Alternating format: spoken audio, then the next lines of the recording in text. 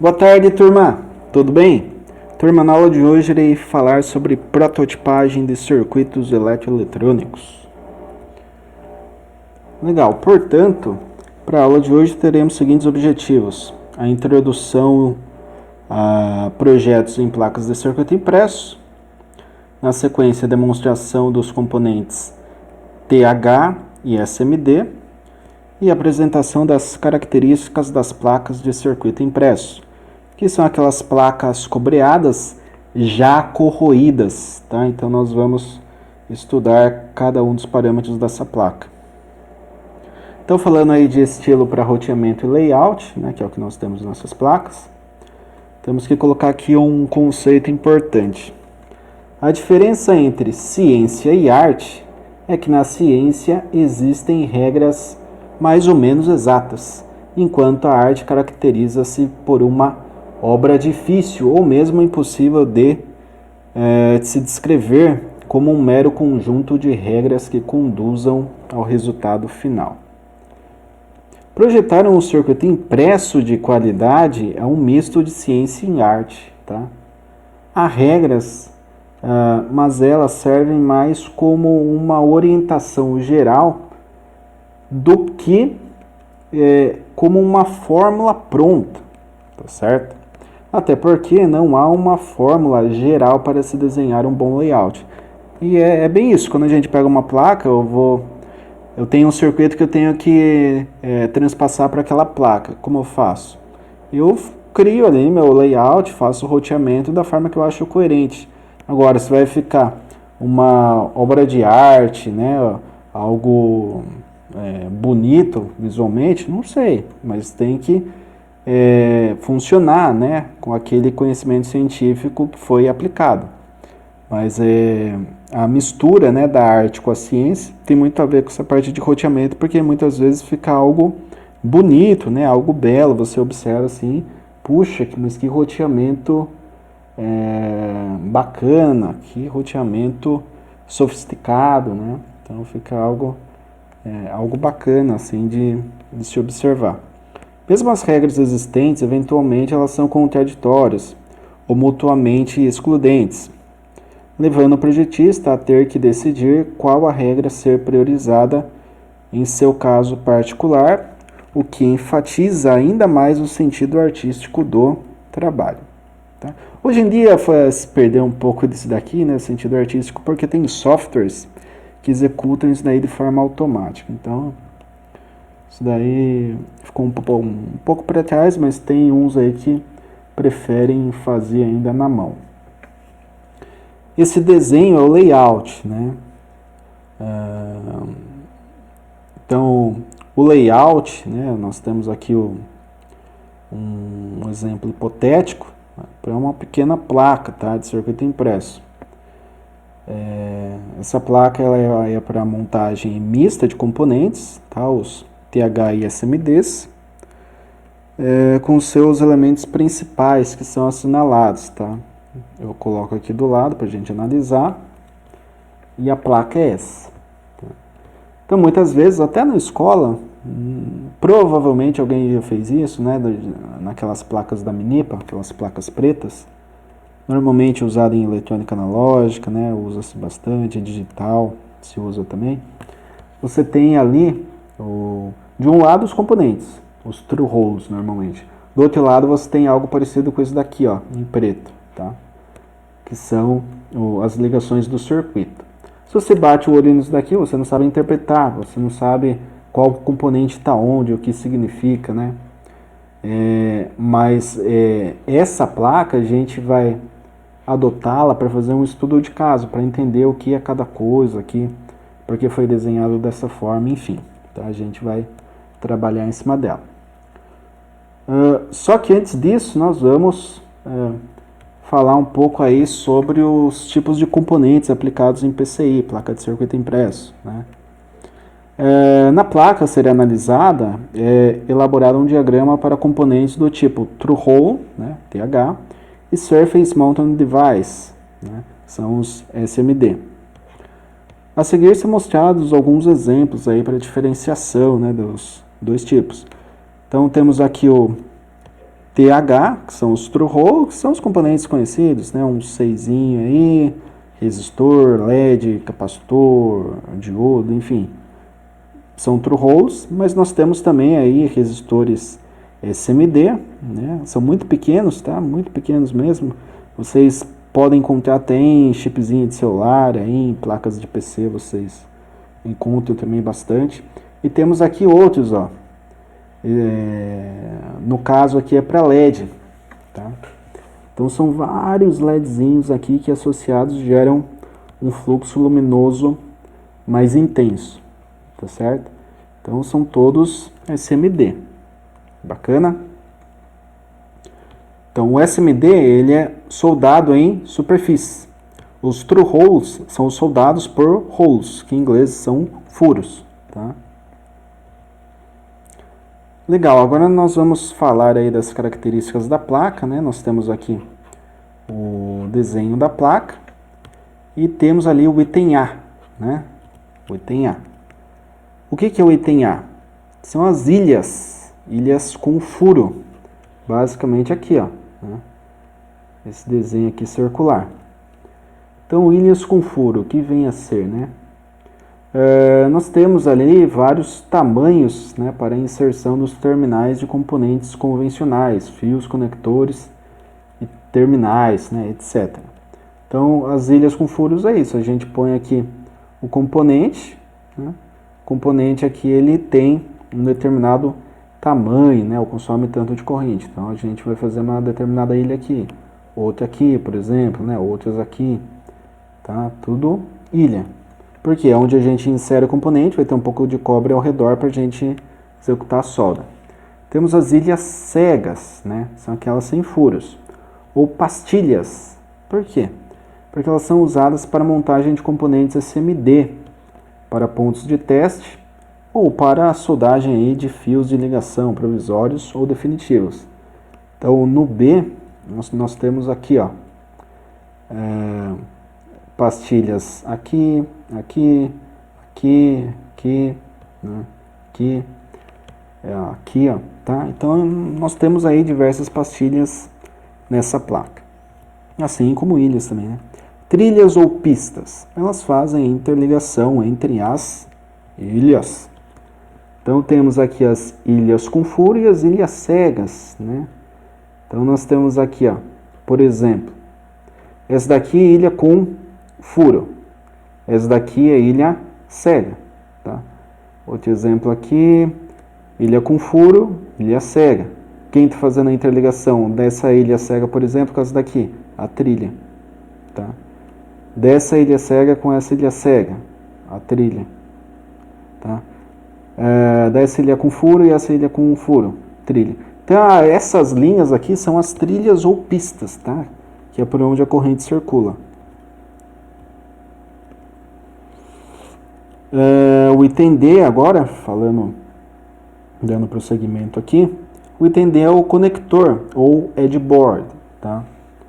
Um conector que utiliza o próprio circuito impresso. Então, aqui nós temos um headboard para um conector que tem aí 5 vias. No exemplo, o conector tem apenas 5 vias de conexão. Os conectores típicos normalmente têm muito mais vias, podendo chegar a centenas, tá?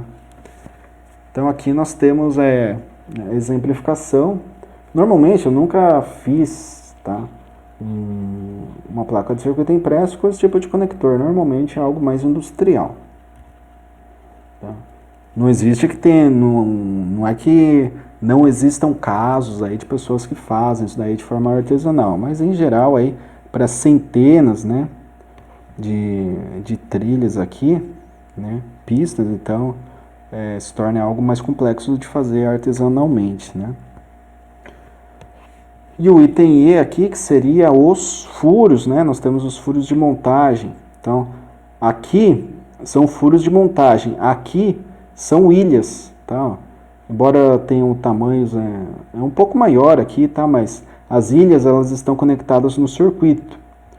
Os furos, não. Os furos, eles são utilizados aí, ó, para montagem, né? Então eles recebem parafusos, pinos ou rebites de fixação e montagem mecânica.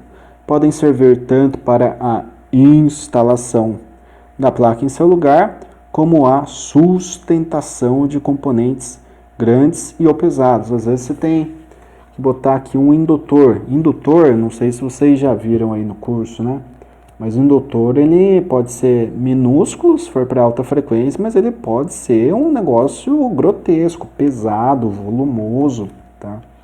E daí você tem que prender na placa. Então você pode prender aqui através de parafusos, né? Por exemplo, né? Parafuso, uma porquinha. Então você põe ali para prender o elemento. Ou mesmo a placa, né? A placa você tem, por exemplo, na ETEC Armando Panunzio tem a competição de robô, né? Então lá o que acontece? Você tem o furo para fixação da placa no robô. Se você não tiver uma fixação bacana, a placa ela vai ficar se mexendo ali durante o sumo de robôs e pode romper trilha, soltar componente, enrolar cabo, fio ali, a placa ficar mexendo, né, no robô ali na guerra, pode acontecer qualquer coisa desse tipo. Então é necessário aí furos para que a gente prenda a placa no robô. Isso daí é uma aplicação prática, né, que nós temos aí na própria ETEC, no próprio centro. E o item F aí, item F, ele está relacionado a marcas de alinhamento, tá certo? Elas servem para alinhar entre si as várias camadas do desenho, quando é o caso. Então, às vezes, nós temos aí não apenas uma camada, mas sim outras camadas para o desenho de circuito impresso, e essas marcas aí elas se fazem necessárias para ter um alinhamento. Normalmente há pelo menos duas dessas marcas dispostas em extremos diagonalmente opostos do desenho e fora da área útil da placa, tá? Então aqui nós temos aí os alinhamentos fora da área útil da placa. Por que área útil? A área útil é onde nós temos aqui as pistas, as ilhas, né? A ilha cega, ilha com furo, enfim, nós temos aqui todas a parte do conector. Tudo isso daqui é área útil porque vão componentes, vai circular corrente, vai ter queda de tensão. Então a gente coloca aqui na parte externa essas marcas de alinhamento. E o item G está relacionado às marcas de corte, tá? Que orientam a posição exata do corte da placa durante a fabricação. Neste exemplo, além das marcas nos quatro cantos, né, há as marcas correspondentes ao recorte do conector, tá certo? Então aqui seria o conector, né? A gente teria um recorte específico aqui para o conector. Se não houvesse conector, não precisaria desse recorte. Porque tem, puxa vida, nós temos o pendrive, né, turma? Só para vocês conseguirem visualizar aqui. O pendrive ou o USB do celular mesmo, quando você vai conectar no PC, você tem algo assim, ó. Tá? Então nós temos a parte do PC, que tem essas ilhas cegas aqui, certo? E você tem a parte do pendrive que também tem essas ilhas cegas. Quando eu encaixo mecanicamente o pendrive no PC, ou USB, qualquer USB aí, o que acontece? As ilhas cegas do pendrive estão em contato com as ilhas cegas do PC. Então, mecanicamente a gente gera o contato elétrico delas. E eu passo ali, a gente alimenta por 2 pinos, né? No caso do USB são 4 terminais. 2 para alimentação e 2 para troca de dados, um RX e TX. Tá? Então, nós temos aí fluxo de dados por 2 vias e alimentação por outras 2. E, eu terminei, o que eu faço? Eu retiro mecanicamente, né, desse encaixe aqui, cesso o contato elétrico e a gente já tem os dados salvos mesmo, não precisa mais de alimentação, que é feito também pelas mesmas ilhas cegas, tá certo? Então é bem interessante a gente compreender o que seria uma placa de circuito impresso, as características, né, os pontos, os tipos de componentes que podemos utilizar, as marcações, né, porque embora não estejamos tendo ainda um tipo de aula prática, sempre vocês vão deparar aí naquelas placas de fenolite, né, as beijinhas, texto de fibra de vídeo, tem as verdinhas, né? Então nós sempre podemos observar ali e até admirar, eu diria assim, a arte, porque para quem gosta, né, para quem está na área aí, ver um layout bem desenvolvido dentro das normativas, vou comentar um pouco também com vocês, é algo muito bonito de ver, né? É realmente uma obra de arte, para quem admira, para quem entende ali do que está sendo feito, do projeto, né? Porque o roteamento, ó, são várias linhas, né? Para você cruzar uma linha aqui é muito fácil, né?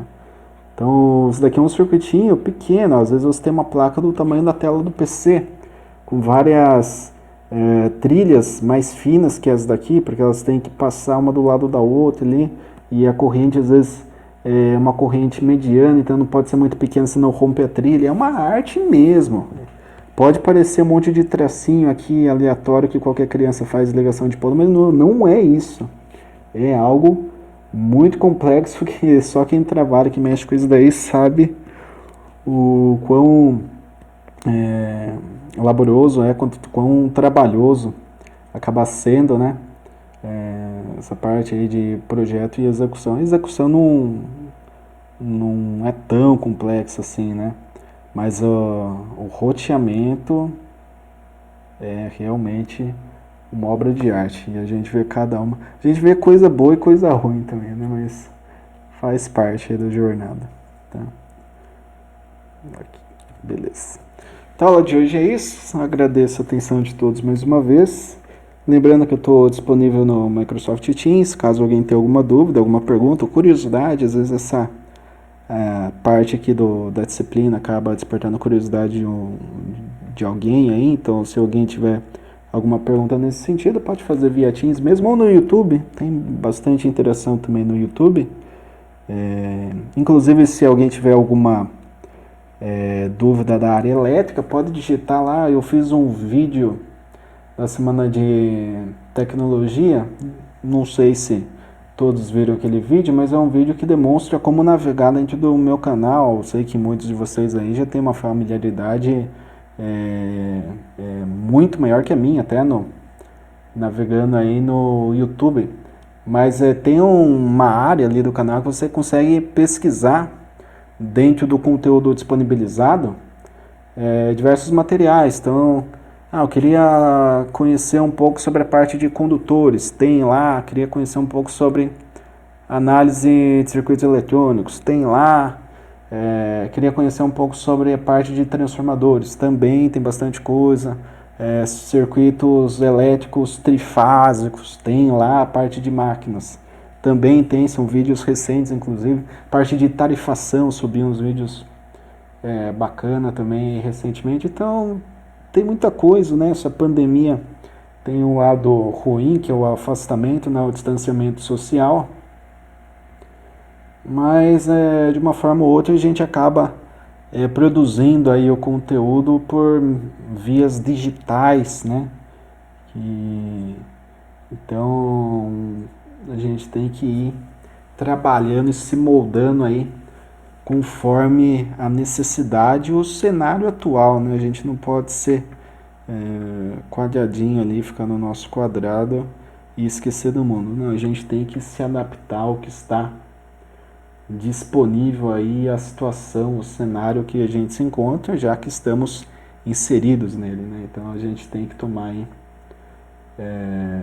a nossa parte aí e fazer por onde aí. Mas enfim, não vou me alongar mais nesse vídeo. É isso, eu agradeço a todos, bons estudos e até a próxima.